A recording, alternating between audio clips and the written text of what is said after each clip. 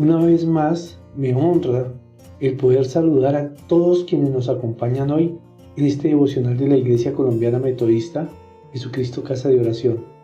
Saber que ustedes hacen parte de este ministerio nos motiva a seguir llevando la palabra de Dios. Por eso hoy los invito a que hagamos un acercamiento al Evangelio de Marcos capítulo 11, los versículos del 11 al 14. Y esto es lo que dice la palabra de Dios. Entró Jesús en Jerusalén y se dirigió al templo. Miró por todas partes y luego se fue a Betania con los 12 discípulos porque ya era tarde. Al día siguiente, cuando salían de Betania, Jesús sintió hambre. De lejos vio una higuera que tenía hojas y se acercó a ver si también tendría fruto, pero no encontró más que las hojas porque no era tiempo de higos. Entonces le dijo a la higuera: nunca más vuelva nadie a comer de tu fruto. Sus discípulos lo oyeron. En el primer verso se nos dice que Jesús, al entrar a Jerusalén, va directamente al templo y lo observa todo, mira a todas partes. Este énfasis es bien importante para entender los siguientes versículos. Luego se nos cuenta que al día siguiente Jesús tuvo hambre, una necesidad muy humana y comprensible, pero que está llena de significado en esta historia. Para calmar su hambre se dirige a la higuera y aunque la encuentra muy llena de follaje, no tiene frutos para alimentarlo.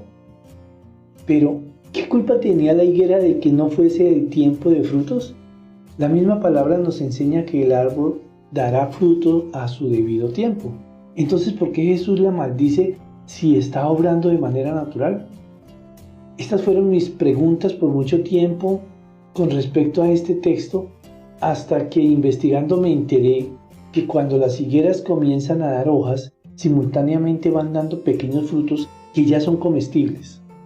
Si esto no ocurre y la higuera solo da hojas, es señal de que no producirá frutos. Por lo tanto, Jesús no hizo otra cosa que expresar su decepción y molestia, porque al acercarse a una planta que por su apariencia debía tener frutos, no los encontró y obviamente no pudo saciar su hambre. Este es el riesgo de quedarnos en las lecturas literales de la Biblia y no aceptar que, como todo texto escrito por seres humanos, utiliza figuras y símbolos que debemos estudiar, investigar y contextualizar para comprender. Desde que la escritura se inventó, el hombre la ha usado para expresar su concepción del mundo. Por ejemplo, en la poesía se ha escrito mucho sobre un atardecer. Sin embargo, el lenguaje no logra mostrarnos con exactitud este fenómeno diario. Para hacerlo, recurrimos a figuras como calor, frío, colores, sensaciones, emociones y otro tipo de descripciones. Esto me hace recordar a alguien a quien el médico le recomendó comer higos para mejorar su digestión y se negó porque ese árbol había sido maldecido por Jesús. Yo espero que mi amada hermana esté mejor de sus problemas digestivos.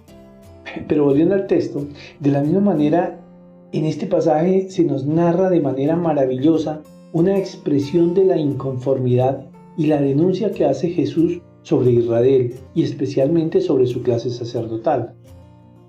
La higuera es la figura literaria con que se identifica al pueblo judío en el Antiguo Testamento.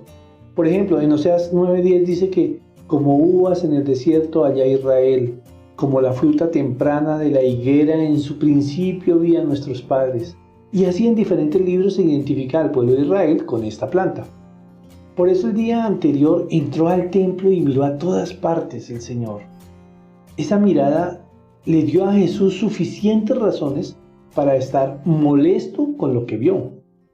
Y es que lo que vio en el templo fue una ritualidad intachablemente organizada.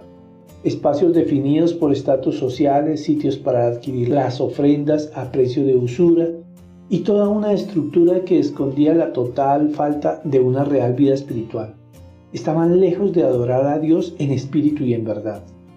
De lejos, el pueblo de Israel parece muy entregado a su Dios, pero al acercarse a buscar ese fruto maravilloso que sacie el hambre de justicia que se sufre en este momento, especialmente en que Roma es un imperio tirano, solo se encuentran ritos en cantidades, como hojas de un árbol, pero no hay frutos para saciar el hambre de justicia tan propia del ser humano. Esta enseñanza debería ser primordial en todas nuestras iglesias, sin importar tamaños o corrientes doctrinales o denominaciones eclesiales. Vale la pena preguntarse si al llamarnos seguidores de Cristo estamos mostrando muchas hojas, tantas que generan la ilusión de saciar el hambre de nuestra sociedad. Pero que si además de esas hojas tenemos frutos para alimentar a esos hambrientos que son perseguidos por las tiranías de la discriminación, por motivos de posición social, económica, por raza, por religión, por sexo, por ideología política, como lo que estaba sucediendo en ese momento en el Templo de Jerusalén. También cabe la reflexión personal. ¿Acaso estoy tan lleno de ritualidad que engaño a quien me ve de lejos aparentando una vida espiritual muy destacada? ¿O realmente mi fruto de amor, de tender la mano al necesitado, de no juzgar, de no condenar, de perdonar, de ponerme en los zapatos del otro, de ser pacificador, de llevar la verdad, es real y sacia el hambre de mi prójimo? ¿Soy yo una higuera que ofrece fruto a quien va por el camino o solo me ocupo de mis propias necesidades? Oremos. Dios de la vida, ayúdanos a adorarte en espíritu y en verdad, reconociendo que algunas veces no pasamos de tener hermosas hojas verdes y ningún fruto para alimentar tanta necesidad.